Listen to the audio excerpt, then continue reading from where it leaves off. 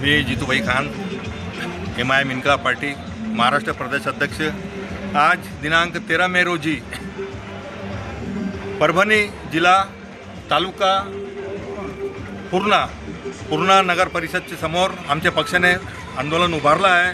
कारण की जे गोरगरीब आहे, जे गरजू लोक आहेत त्यांना घरकुल मिळत नाही आहे, जे लाभार्थी आहेत त्यांना घरकुल मिळायला पाहिजे ही आमची मागणी आहे। आणि त्यांचे फॉर्ममध्ये काहीतरी त्रुटी काढतात, त्याच्यानंतर काय मधात काय दलाल आहे, हे दलाली खाऊन म्हटलं लोकांची दिशाभूल करतात, त्यांच्याकडून पैसे खातात। हे गोंधळ कारभार बंद झाला पाहिजे। जर आम्ही अल्टिमेट दिलं आणि उपोषणासाठी बसलो, जर आमची मागणी पूर्ण नाही झाली तर परभणी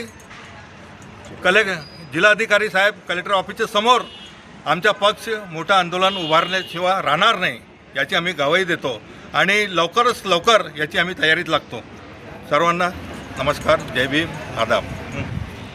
हबीब भाई, आज आपण आमरण उपोषणासाठी बसला आहात, तर आपल्या प्रमुख मागण्या काय होत्या?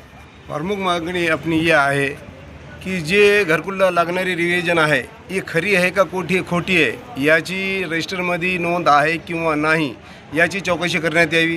कारण की असे मायापाशी प्रूफ आहे, मायापाशी ये आहे की घर एकाचं आहे आणि रिव्हिजन एकाला दिलेली आहे।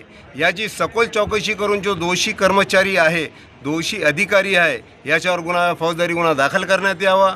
यासाठी मी आज उपोषणाला बसलेलो आहे।